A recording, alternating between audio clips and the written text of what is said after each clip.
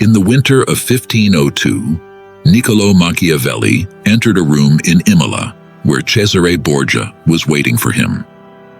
Machiavelli had been sent by Florence to assess Borgia's intentions, to determine whether this man who was conquering his way across central Italy posed a direct threat to the Florentine Republic.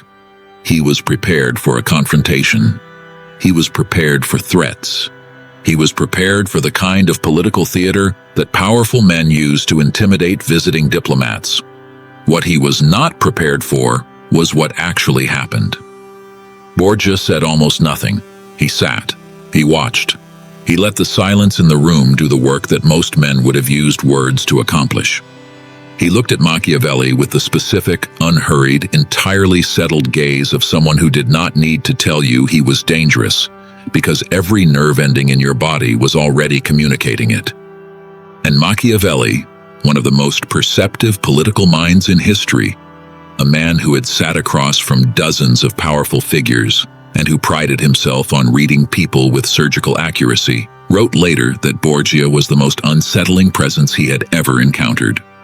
Not because of what he said, because of what he did not say, because of the specific quality of composed, silent, completely still authority that communicated more than any speech could have delivered. That encounter changed how Machiavelli understood power permanently. He had spent years believing that power was exercised through words, through arguments, through commands, through the visible deployment of rhetoric and reasoning. Borgia showed him something different. He showed him that the most profound form of power is the kind that operates in silence, the kind that enters a room ahead of you and rearranges every nervous system in the space before you have opened your mouth, the kind that communicates through what you withhold rather than through what you display.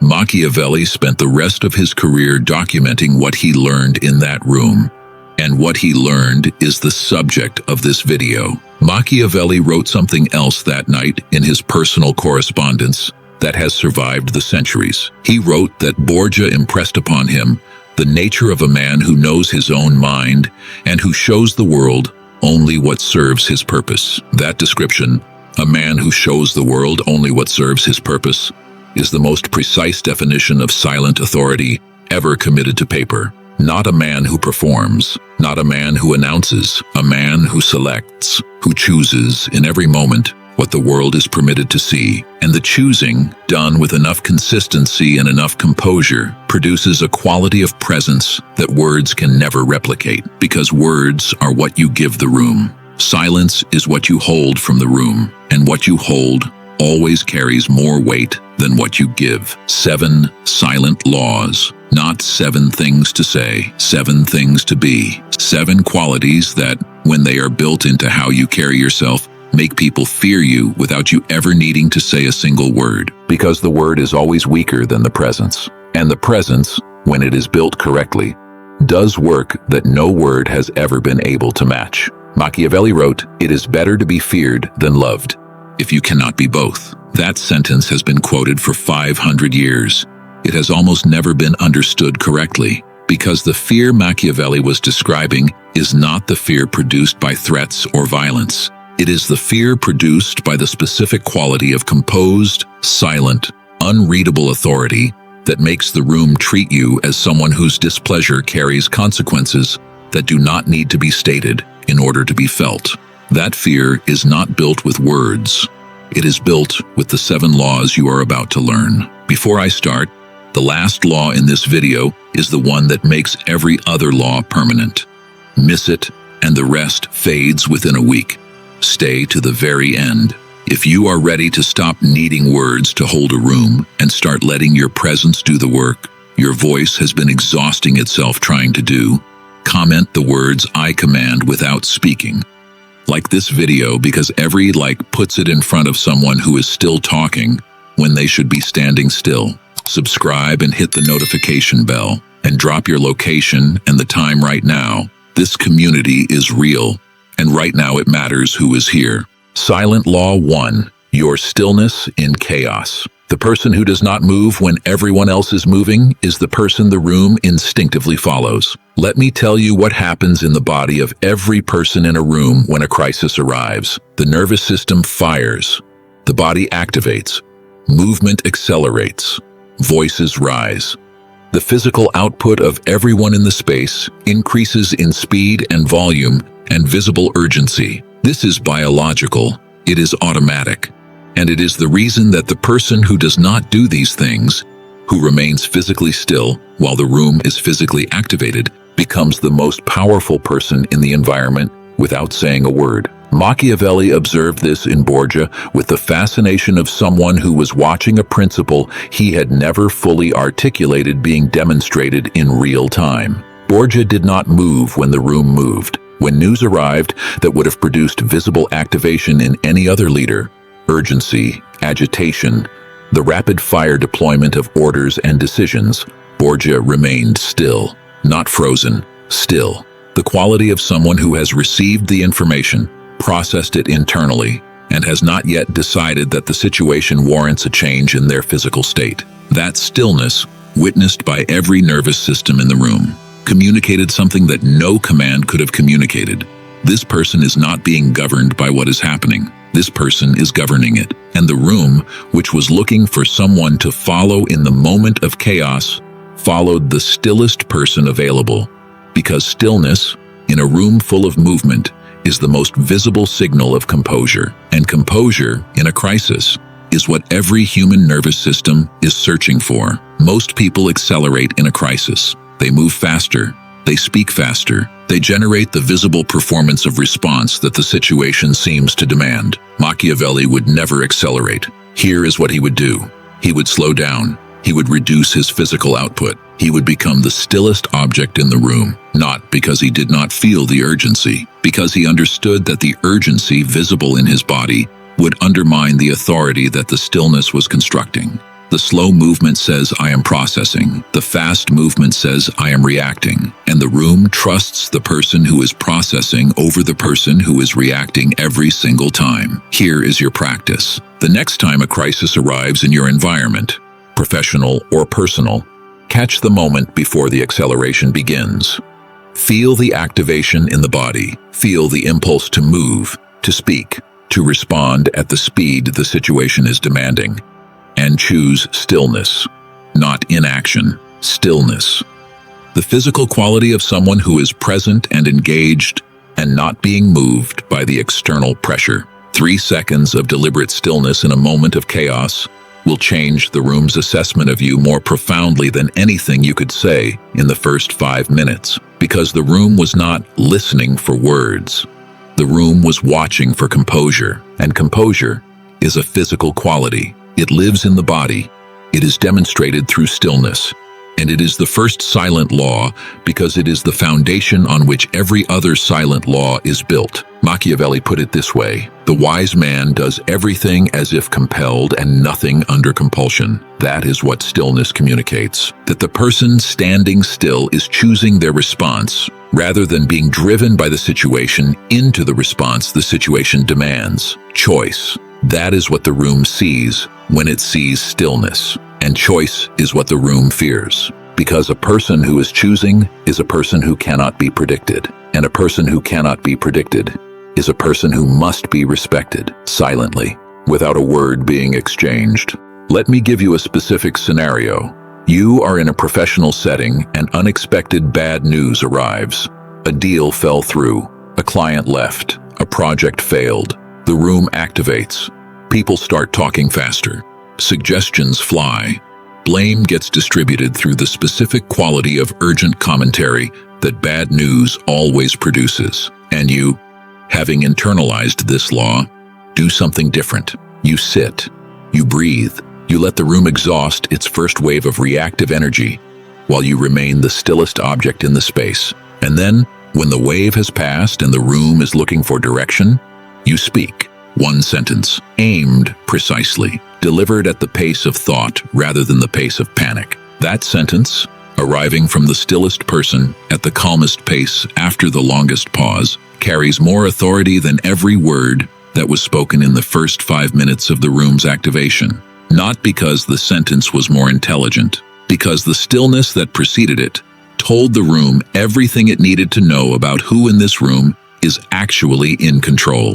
Machiavelli would say, everyone sees what you appear to be, and what you appear to be when you are still while the room is moving is the one person whose composure is not for sale at any price the situation is offering. That appearance, communicated entirely through the body, entirely through silence, is the foundation of every form of silent authority. Comment: I am the stillest person in every room if this shifted something. Silent Law 2. Your selective presence. Arrive like weather, not like furniture. The person whose appearance is an event commands more silent authority than the person whose appearance is a routine. My friend, Machiavelli, observed something about presence that most people never think about clearly enough to use strategically. He wrote that men in general judge more by the eye than by the hand, because seeing is given to everyone but touching to few. What this means for your silent authority is this: how you are seen is more important than what you do, and how you are seen is governed not by the quality of your contributions, but by the frequency of your visibility. The person who is always visible is always expected, and what is always expected is never feared. It is simply there, like furniture, present, noted, and completely powerless to change the energy of a room by arriving in it. The person whose presence is selective is the person whose arrival changes the room, not through announcement, through the specific quality of event that selective presence creates. When you show up everywhere, your showing up means nothing. When you show up selectively, your showing up means something happened, something shifted, something is about to change. And the room, which has learned that your presence correlates with significance, treats every appearance as though significance is attached to it. That treatment, the heightened attention, the subtle adjustment in how people carry themselves when you arrive, the specific quality of awareness that enters the room alongside you, is the silent authority that constant presence can never generate. Most people show up to everything. They attend every meeting. They appear at every gathering. They maintain constant visibility because they believe visibility is the path to influence. Machiavelli would never maintain constant visibility. He would appear when appearing served his position, and be absent when absence served it more effectively. Because the absence does something that the presence cannot. It makes the room think about you when you are not there. And a room that is thinking about you when you are not there is a room that has given you a form of influence that does not require your physical presence to sustain it. Here is a Machiavelli proverb that makes this law permanent. He observed that the first impression of a ruler's intelligence is formed by the quality of the men around him. Apply this to your presence. The first impression of your importance is formed by the rarity of your appearance. A rare appearance communicates that your time is allocated to things the room does not see, and the things the room does not see are the things the room imagines. And imagined activity is always more impressive than observed activity. Because observation imposes limits, imagination imposes none. Let me give you a practical way to implement this starting this week. Look at your calendar for the next 7 days. Count the meetings, gatherings, social commitments, and professional appearances you are scheduled for. Now ask yourself, for each one, does my presence at this specific event serve my positioning, or am I attending because attendance is expected? For every event where the answer is expected rather than strategic, consider the absence. Not every absence. 1. Skip one thing that you usually attend automatically, and observe what happens. Does anyone notice? Does anyone ask where you were? Does the room adjust in any way to your not being there? If the answer is no, if your absence produced no observable effect, then your constant presence at that event was furniture. It was filling a space without commanding it. And the energy you were spending on the filling is energy that could be redirected toward the events where your presence actually produces the weight that selective attendance generates. Machiavelli would tell you that the ruler who holds court every day has made his court a routine. The ruler who holds court selectively has made every court session an event. Same ruler, same court, different frequency, completely different quality of attention from every person in the room. Comment: I arrive as an event, never as routine. Silent Law 3. Your eyes that hold without breaking. The gaze that does not retreat communicates more authority than any sentence ever constructed. Let me tell you something about eye contact that will change how you use it in every significant interaction from this point forward. Most people use eye contact as a connection tool. They make eye contact to communicate warmth, engagement, and the specific quality of I am listening that social situations require. That is one use of eye contact. It is the safe use, the use that makes people comfortable, the use that signals cooperation and non-threat. Machiavelli understood a different use, the use that makes people uncomfortable in a very specific and very productive way. The held gaze. The held gaze is eye contact that does not break when the other person expects it to. In normal social exchange, eye contact follows a rhythm. It is made and broken in patterns that both parties unconsciously negotiate. The breaking is the release. It says, I am engaging, but I am not challenging. I am present, but I am not pressing. The held gaze removes the release. It maintains the contact past the point where the social rhythm says it should break. And the maintenance, the specific, unhurried, entirely composed continuation of the gaze past the expected breaking point, communicates something that words cannot communicate. I am not deferring to you. I am not looking away because you expect me to. I am holding because I have decided to hold. And the decision, visible, felt, impossible to ignore, is the silent assertion of authority that the breaking would have prevented. Machiavelli wrote, men are so simple and so much inclined to obey immediate needs that a deceiver will never lack victims for his deceptions. Apply this to the gaze. People are so accustomed to the social rhythm of broken eye contact that the person who breaks the rhythm by holding becomes immediately and automatically processed as different, as significant, as someone whose social operating system is not running the same default program as everyone else's. And different, in the specific context of the held gaze, registers as authority. Because authority is the quality of someone who sets the terms of the interaction rather than following the terms that social convention has established. Most people break eye contact when the discomfort arrives. Machiavelli would never break from discomfort.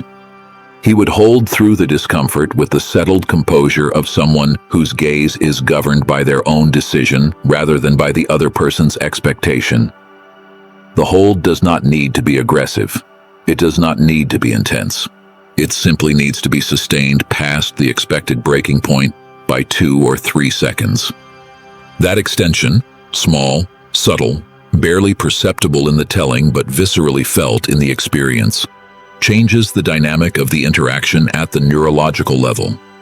The other person's nervous system registers the held gaze as the presence of someone who is not following the rules that everyone else follows. And a person who does not follow the default rules is a person who must be approached with a different quality of attention. Here is your specific practice. In your next significant conversation, a one-on-one with someone whose respect matters to you, maintain eye contact for 2 seconds longer than you normally would at the natural breaking point. Not staring, holding. With the warm, settled, entirely non-aggressive quality of someone who is simply choosing not to break when convention says to break. 2 seconds. That is the practice. And those 2 seconds will change the dynamic of the conversation at a level that neither party could articulate, but both parties will feel. Because the held gaze communicates something that the breaking gaze prevents. I am not deferring. I am not managing your comfort at the expense of my presence. I am here fully, and the fullness of my presence includes the specific quality of eye contact that most people are too socially conditioned to sustain.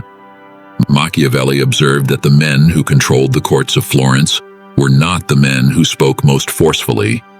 They were the men whose gaze did not waver when the room pressed against them. The unwavering gaze was not aggression. It was the visible proof of an internal state that the room could not destabilize. And visible proof, in any environment where most people's composure is available for purchase at the right price, is the rarest and most feared quality a person can carry.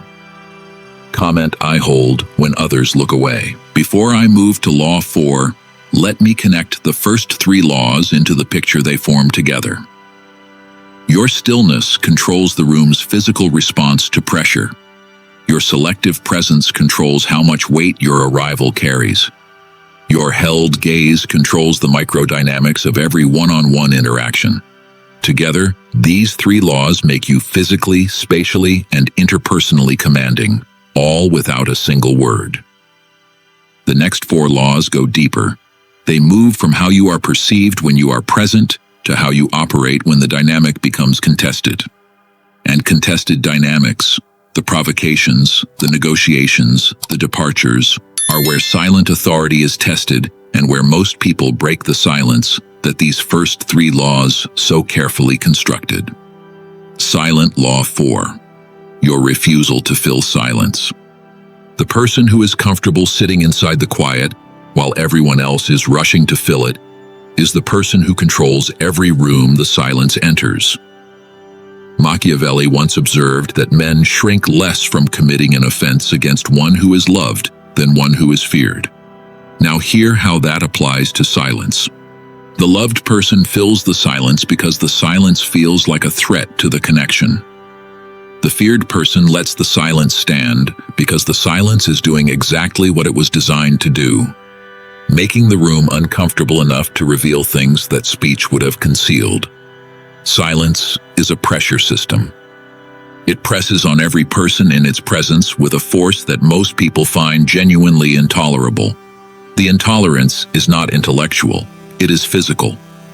The silence produces a specific activation in the nervous system that says something is wrong, and the way to fix it is to speak. And most people obey that activation. They fill the silence with words, with explanations, with the verbal output that makes the pressure stop. And every word they produce in response to the pressure is a word that was not planned, not filtered, not strategically evaluated. It is the raw output of a nervous system under pressure, and raw output is always more revealing than managed output. Most people fill silence. Machiavelli would never fill silence. He would sit inside it with the specific quality of composed patience that communicates without a single word. I am comfortable here. You are not. And the discomfort you are feeling is producing the behavior I am observing. That observation, silent, continuous, entirely nonverbal, is the most effective information gathering tool available in any social interaction. Because the person who is filling the silence is not choosing what to share. They are being pressured into sharing by the silence itself.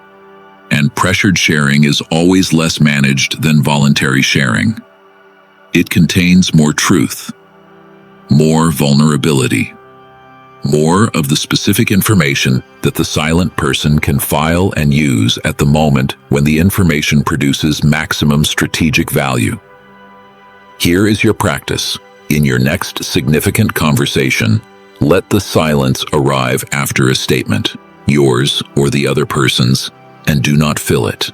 Do not reach for the next thought. Do not offer the bridge that connects what was said to what comes next. Let the gap sit, and watch what the other person does with it. In most cases, they will fill it. And what they fill it with will tell you more about their actual position, their actual concerns, and their actual vulnerabilities than anything they said during the managed portion of the conversation. Let me tell you something about this law that connects it to everything Machiavelli understood about negotiation. He observed that in every significant exchange between two parties, the party that speaks more is the party that reveals more, and the party that reveals more is the party that is more thoroughly understood by the other. And the party that is more thoroughly understood is the party that is more effectively managed. The math is simple. More speech equals more revelation. More revelation equals more vulnerability. More vulnerability equals less power. And less power, accumulated across every conversation where you filled the silence instead of letting it work, is the specific erosion that has been weakening your position without you ever connecting the erosion to its source. Machiavelli would tell you something very direct about this. He would say, the person who fills the silence is paying for the other person's information with their own. Every word you offer into the silence is a word you gave away for free. And every word the other person offers into the silence, pressured into offering by the discomfort the silence produced, is a word you received for free. The economics of silence always favor the person who holds it. Always, in every dynamic, without exception, hold it, and let the economics work in your direction. Comment, I let the silence work for me. Silent Law 5. Your composure when attacked. The non-reaction that makes the attacker feel like they missed is the most devastating counterattack available, and it does not require a single word. My friend, this is the silent law that will change your daily experience most immediately because it addresses the specific moment that breaks most people, the moment of the attack, the provocation, the public challenge, the comment designed to produce the visible destabilization that gives the attacker the satisfaction of having reached you and the room, the evidence that you can be shaken. Machiavelli wrote, "Never was anything great achieved without danger." Here is the danger in this law. The danger is in the holding. The holding of composure when every cell in your body is screaming for the release of the response. The holding of stillness when the activation is demanding movement. The holding of silence when the words are stacked in your chest and ready to fire. That holding is the most dangerous thing you can do. Dangerous not to you, but to the person who attacked. Because the attack was designed to produce a response. The response was the goal. And the absence of the response, the complete, visible, unmistakably deliberate absence of any evidence that the attack reached its target, does something to the attacker that no counterattack could ever accomplish. It makes them doubt their weapon. Here is what this looks like. Someone delivers the comment. The room watches. The room is waiting for the reaction that will tell it the dynamic has shifted. Your face does not change. Your body does not tighten. Your pace does not alter. Your eyes hold. See Law 3, with the same settled composure they held before the comment arrived. The room registers the non-reaction, and the registration does two things simultaneously. It tells the room that you are not available to be destabilized by this specific level of provocation. And it tells the attacker that their approach did not produce the intended result. Both of these communications are devastating. The first changes the room's assessment of your resilience. The second changes the attacker's confidence in their own tools. Neither required a word. Most people react to attacks with defense or counterattack. Both are forms of engagement. Both confirm that the attack reached its target. Both give the attacker the feedback they need to calibrate the next attempt. Machiavelli would never engage. He would absorb, not passively, strategically. He would let the attack arrive, register it internally, file it as information about the attacker's tactics, and continue without the visible evidence of impact that the attacker was counting on. The continuation, the specific, composed, entirely unchanged quality of someone who has received a blow and has not been moved by it, is the counterattack.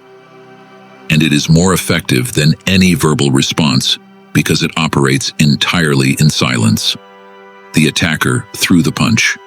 The punch went through empty air, and the person standing on the other side did not even acknowledge that the swing occurred. Let me tell you what happens in the days after you practice this law for the first time. The attacker will be confused. Not immediately. In the hours and days that follow. Because the attack was designed to produce a specific outcome, your visible destabilization, and the outcome did not arrive. The attacker's model of how you respond has been disrupted. The button that used to produce the output has stopped working. And a button that stops working is a button that eventually stops getting pressed. Not because the attacker decided to be kind, because the pressing stopped being productive. And unproductive behavior, as Machiavelli documented across every political case he studied, is behavior that eventually gets abandoned in favor of behavior that produces a return. Here is a Machiavelli proverb that will anchor this law permanently. He wrote, "Whoever desires to found a state and give it laws must start with assuming that all men are bad and ever ready to display their vicious nature." That is not pessimism. That is preparation. The attacks will come. The provocations will arrive. The comments designed to destabilize will be delivered with the same regularity that human nature has been producing them since before Machiavelli was born. The question is not whether they will come. The question is what the room sees when they arrive. And the room, when it sees composure, genuine, held entirely unperformed composure in the face of a deliberate provocation, sees something that changes every subsequent interaction. A person who cannot be reached by the tools that reach everyone else. Comment I absorb without flinching. Machiavelli observed something about the relationship between composure and fear that ties Law 5 to Law 6 with a specific precision. He said, "The first method for estimating the intelligence of a ruler is to look at the men he has around him. Apply this to composure. The first method for estimating the dangerousness of a person is to watch what happens to them when they are attacked. The person who crumbles is not dangerous. The person who fights is predictable. The person who absorbs without visible effect is the one the room cannot calculate. And what the room cannot calculate, the room fears. Because fear, at its deepest level, is not the fear of strength. It is the fear of the unknown.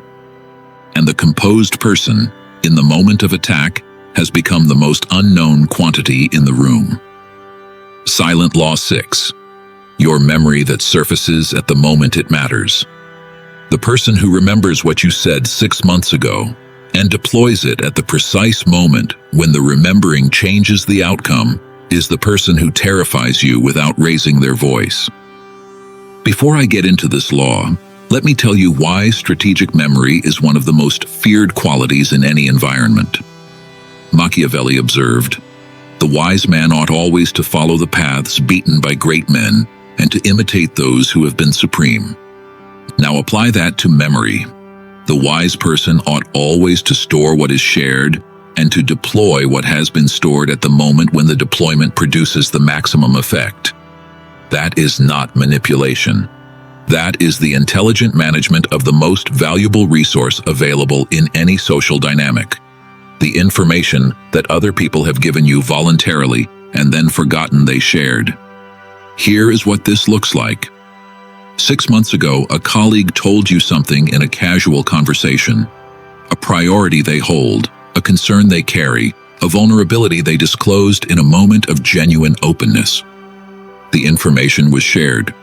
The moment passed. The colleague has long since forgotten that the sharing occurred. And then a moment arrives, a meeting, a negotiation, a decision point, where the information that was shared 6 months ago is directly relevant to the outcome.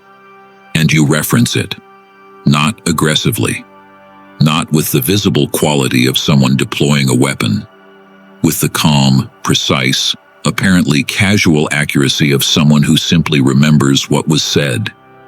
The effect is immediate. The colleague's expression shifts, not because the information is damaging, because the remembering is unsettling, because the realization that you have been storing what was shared accurately, completely, and with the capacity to surface it at the moment when it serves a strategic purpose, changes how the colleague relates to every subsequent interaction with you. They now know that what they say to you is being heard at a level that most people do not hear at. And a person who hears at that level is a person whose presence demands a different quality of care. Most people forget what they are told. Machiavelli would never forget. He would store, quietly, without announcing that the storage was occurring. And the stored information, held in reserve across weeks and months and years, would become the silent archive from which the precisely timed reference could be drawn at the exact moment when the reference produces the outcome that 100 arguments could not. Here is your practice. Starting this week, keep a private file. After every significant conversation, write down the 3 most revealing things the other person shared. Not the professional content, the personal revelations, the priorities, the fears, the concerns, the things that were offered casually and that the other person will not remember having shared. Build the archive, and let the archive sit until the moment arrives when one specific piece of information becomes the precise tool the situation requires. That moment will come. It always comes. And the person who is prepared for it, with the specific, accurate, devastatingly precise piece of stored information, is the person the room learns to fear without ever understanding exactly why. Let me give you a specific example that makes this immediately real. You are in a negotiation with someone who, 3 months ago, told you casually that they were under pressure from their leadership to close this particular type of deal by end of quarter. The information was shared offhandedly. It was not presented as significant. The person who shared it has almost certainly forgotten that the sharing occurred. And now, here you are, in the negotiation, holding a piece of information that the other party does not know you have. You do not reference it directly. You do not say, "You told me you are under pressure to close by quarter end." That would be the loud deployment, and it would produce defensiveness. Instead, you adjust your pace. You slow the negotiation slightly. You demonstrate a comfort with the timeline that communicates, without a word, that you are in no rush. And the other person, whose pressure to close is real and whose deadline is approaching, begins to feel the specific anxiety that time pressure produces when the other party seems immune to it. Your memory of their casual disclosure 3 months ago has given you the picture. And the picture, deployed silently through pace rather than through words, has changed the dynamics of the negotiation without the other person understanding why the dynamics shifted. That is strategic memory. That is silent deployment. That is the specific form of feared intelligence that makes people careful about what they share with you, not because you use it aggressively, but because you use it precisely. And precision, experienced enough times, produces the reputation that this video is building. The reputation of someone who does not need to say a word to be the most dangerous person in the room. Comment, "I remember everything you forgot you told me." Silent Law 7. Your willingness to walk away without looking back. The departure without explanation or backward glance is the most powerful silent communication available to any human being. This is the last law. This is the one that makes every other law permanent. And this is the most silent of all 7, because it communicates through absence rather than through presence. Machiavelli wrote, "There is no avoiding war. It can only be postponed to the advantage of others." Apply this to the walkaway. There is no avoiding the departure from things that are costing you more than they are returning.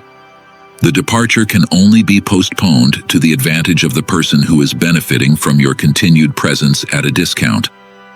Every day you stay in a dynamic that is draining you is a day that serves the other party at your expense. And the walkaway, when it finally arrives, is not the beginning of a loss.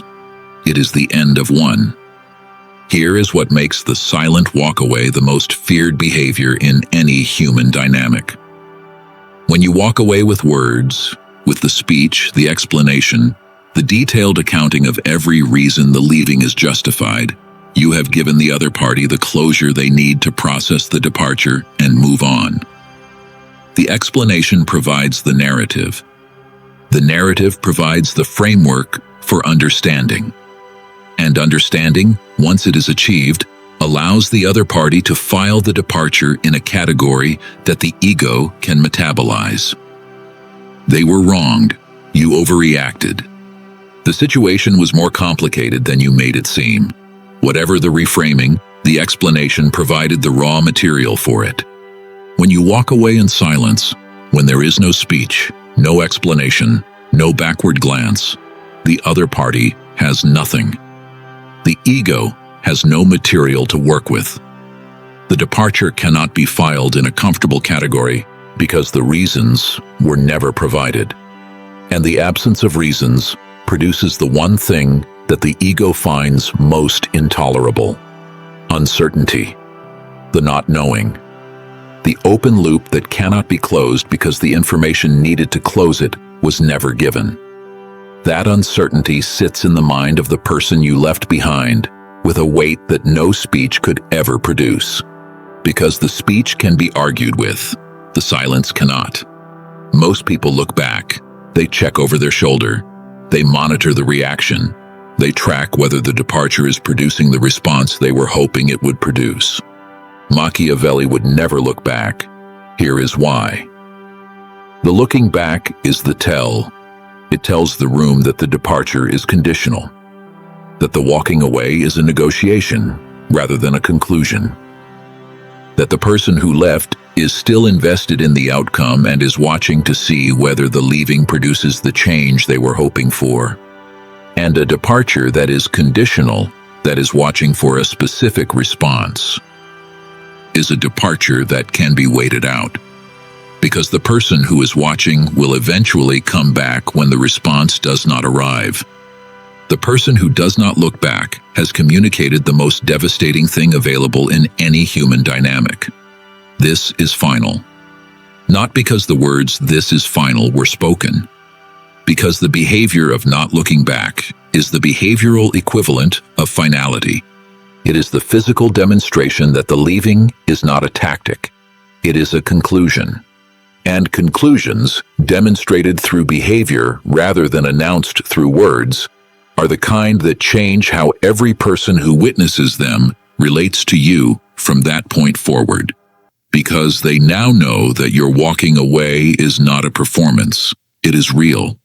And a person whose departures are real is a person whose presence is never taken for granted. Because the room has seen what it looks like when the presence ends. And the room does not want to see it again. Let me tell you something about this final law that connects it to every law that came before it. The walk away without looking back is the ultimate expression of every silent quality this video has been building. It requires the stillness of law 1, the physical composure of someone who is not being moved by the situation.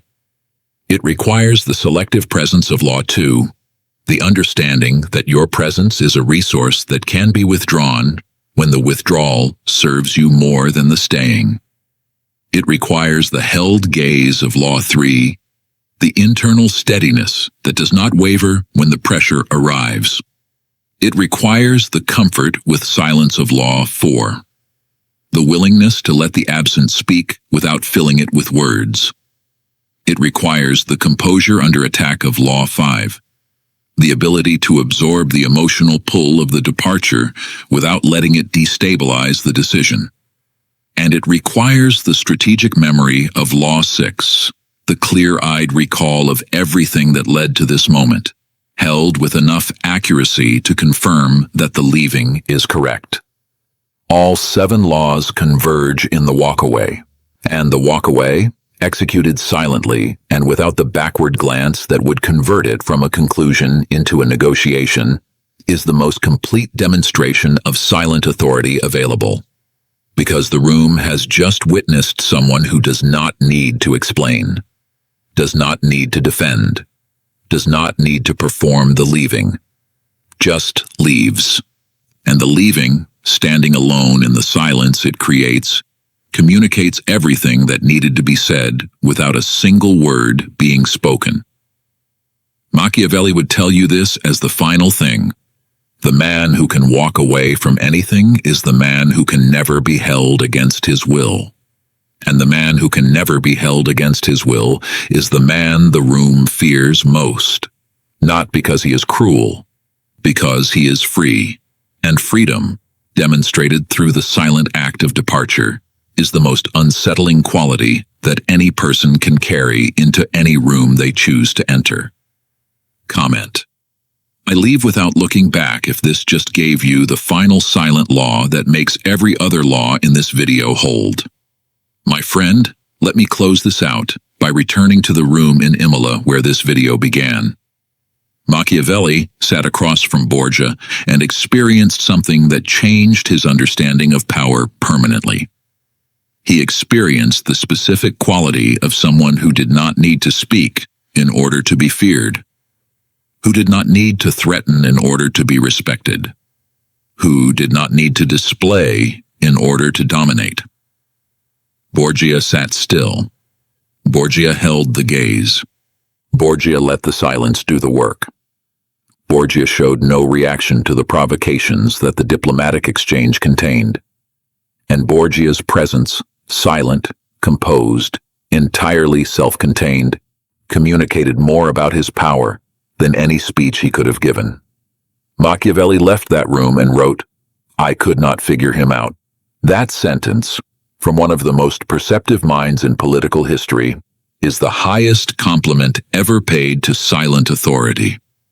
Because figuring someone out is how you manage them. And the person who cannot be figured out is the person who cannot be managed. That is what these 7 laws build, not the appearance of danger, the reality of it. Communicated through stillness, presence, gaze, silence, composure, memory, and the willingness to walk away without a word. You do not need to say a thing. You just need to be the thing. And the being is built through practice, through the daily, unglamorous, genuinely difficult discipline of holding still when the room moves, arriving selectively when the pattern says show up everywhere, holding the gaze when convention says break, sitting in silence when the pressure says speak, absorbing attacks without the flinch the attacker was counting on, storing what is shared with the precision that makes the remembering devastating, and walking away without the backward glance that would convert the conclusion into a negotiation. Machiavelli spent 15 years building these qualities through direct experience. You have the advantage of learning them in a single video. But learning them and building them are not the same thing. The learning happened tonight.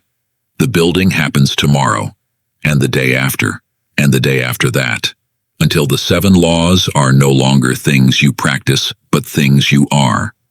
And the being, silent, composed, unhurried, unreachable, and impossible to dismiss, is the permanent version of who you are becoming. Starting now, without saying a word. And here is the final Machiavelli proverb that will stay with you after this video ends. He wrote, "Men are driven by 2 principal impulses, either by love or by fear. You have spent your life trying to be loved, trying to be understood, trying to be appreciated for the warmth and the care and the genuine quality of who you are. None of that changes. What changes is this. You are now building the feared alongside the loved. Not feared through aggression, feared through the specific, silent, entirely nonverbal quality of someone who does not need to raise their voice to change the temperature of every room they enter. That quality, earned through practice, built through daily repetition, held through every moment where the old pattern would have been easier, is the quality that Machiavelli spent his career trying to make visible. It is visible now, in you, starting with the next room you walk into, in silence. And the being, built through these 7 laws, speaks louder than any word ever could. Like this video if any of these 7 silent laws gave you a specific tool for commanding a room without opening your mouth. Share it with someone you know who is still talking when they should be standing still. They need this. And subscribe to this channel because the next video goes directly into the advanced application of these laws in the specific high-stakes moments where your silence becomes your most powerful weapon.